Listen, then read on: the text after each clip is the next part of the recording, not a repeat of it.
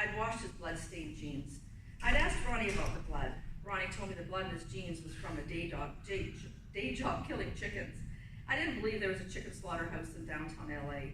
And yet I was anxiously waiting for my birth certificate to arrive so I could become wife number 4.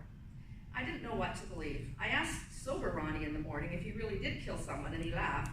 He put his arms around me and he said, "I never killed anyone, sweetie, only you, with love." About 3 weeks went by, and while I was happy, I was worried. I had heard from Polly. She told me she'd be at the phone booth at 7 p.m. on the 3rd Monday after we split up to let me know when she was coming to LA. I waited 3 Monday nights in a row for her, no call. Ronnie said he was glad, but I really needed my friend to turn up. I waited at the phone booth anyway. Finally, on the 4th Monday, the phone rang at 7 p.m. and Holly said, I knew you'd be there no matter what Monday I called. Well, this was the last one, I told her. I wasn't going to wait for your call anymore. She was in LA. Bear had dropped her off at the bus depot about an hour earlier, so I said to get a cab, and I gave her the address, 26 South Bixel Street. Of course, she had no money, but I said I would wait at the curb and pay for the cab. I had tomorrow's grocery money. Ronnie had gone out with friends, which he had only done once before. I sat outside smoking one horrible tasting American cigarette after another until the taxi pulled up and my beautiful friend bounced out of the cab. Hugs and kisses. I was so happy to see her, but to smell the weed on her, and I knew Ronnie would be really upset and have a fit, so I convinced her to get a shower before he came home. Ronnie absolutely hated drug-smoking hippies. It didn't take Polly long to start pointing out the obvious. What a dump. Have you even been eating? You look like you're wasting away. Are you crazy sitting up here in the roof suntanning? What about snipers? Ronnie's a drunk and mean man, crazy and gay as the July 1st celebrations. I didn't believe the last complaint, but I did agree with the rest. She and Ronnie started fighting the minute they laid eyes on each other, but I wasn't ready to leave. With Polly there, I wanted to explore, and we did. Polly and I hitchhiked to the beach, to Hollywood, to Groman's Chinese Theater in Chinatown, to the Brown Derby. We never saw anyone famous, but at least I saw more than 26 South Bixel Street, the poor part of town, and the Spanish Market. I felt like Ronnie kind of kidnapped me. I mean, I felt captive. No money, no way home. I was too afraid to tell him I was getting homesick. And yet, I still felt this kind of strong attraction to him and wasn't sure if I wanted to even leave. But after a week of fun in the sun and adventure, Polly gave me the ultimatum. She was leaving in 2 days, and if I was going to go back to Canada, I had to be ready to leave then. I realized that I did want to go.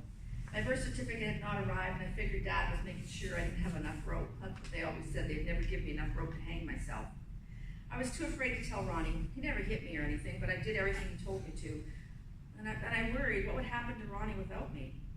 The night before I was supposed to leave with Polly, I still hadn't told him that I'd made a mistake. He came home from his day job, and I'd made a macaroni dish of some kind. He thought it was gross. I cut up some tomato with a machete he bought back from Vietnam because I couldn't find the one knife that we owned. He flew into a rage, throwing things around the tiny kitchen.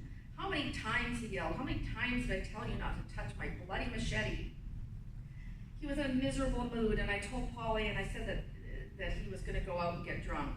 He was already sort of drunk. He had a shower and put on some super tight jeans that might even have been mine. He pulled out a pale blue, purple shirt I'd never seen. It was kind of like a pirate shirt, very flouncy.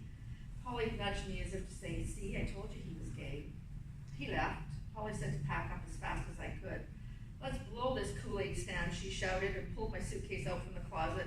We just started packing up for our escape when Ronnie came back with a very good-looking, dark-skinned man in tight pants. They were holding hands. Polly nudged me, and she said, "Hi, Ronnie. Who's this?" "Tony," he said, and kissed the guy full on the lips. Polly looked at me, and she said, "I told you he was a fag." "Ronnie's not a fag," I screamed at her and clenched my fist. It was 1969, and I hadn't really known anybody who'd come out of the closet in 1969. I didn't really know anybody who was gay. "Why, sure he is," he said, the thin black man called Tony. Ronnie squeezed Tony's hand, smiled at him, and said, "Maggie, you need to grow up and face the reality of what's going on around here. How do you think I've been paying for everything?" "Day jobs?" I asked. Tony snorted, smiling like he'd heard the biggest joke. Ronnie said, "I'm a hooker. I thought you knew that." "Blowjobs mostly," Tony clarified. "We work the docks. Lots of seamen down there," he winked at me. "Get it?" Polly started to laugh, and then she saw my face and put her hand over her mouth. Tony was no longer grinning and sat down on the couch looking bored with the conversation. Ronnie scoffed, "Good Lord, girl, grow up. I thought I told you I was bisexual when I met you." And I said, "Well, you told me you were married 3 times. Unable to resist, Polly said, Maggie wouldn't even make the connection or know what the term bisexual means. She was right. I was 19. I'd never heard that word, but I understood what it meant. All I could think was, talk about being at the wrong birthday party. I ran from the apartment crying, down the dark hallway, up 2 flights of stairs to the roof, and crouched down behind one of the metal air vents. I couldn't comprehend what was happening. Even though I decided to leave, it still hurt that he was with a guy. It hurt that I was so stupid I'd been having sex with a man who probably preferred guys. Crouched in the darkness, I started to replay everything in my head. I felt very stupid. I'd always felt odd about him going into the kitchen at Tex-Mex Rex, but tried to convince myself that he was such a great guy who was washing dishes so he could obtain food for us. Now I knew why there were no women in our apartment complex. It was a place where only gay men lived. Pershing Square, Ronnie going off into the bushes to hang out with a friend for a few minutes. The only thing I didn't understand at that point was men having sex during the day when he was out doing his day jobs. I heard a crunch on the gravel roof and Ronnie sang out, come out wherever you are, Miss Maggie, come out wherever you are. Was he crazy? I knew it would only be a few minutes until he got close enough to hear my sniffing. So I stood up and thinking, to hell with snipers. Nothing could be worse than what was happening to me right now. On 2 strides, Ronnie was in front of me. With one hand, he grabbed me tight around the neck, and with the other, he twisted me to my knees.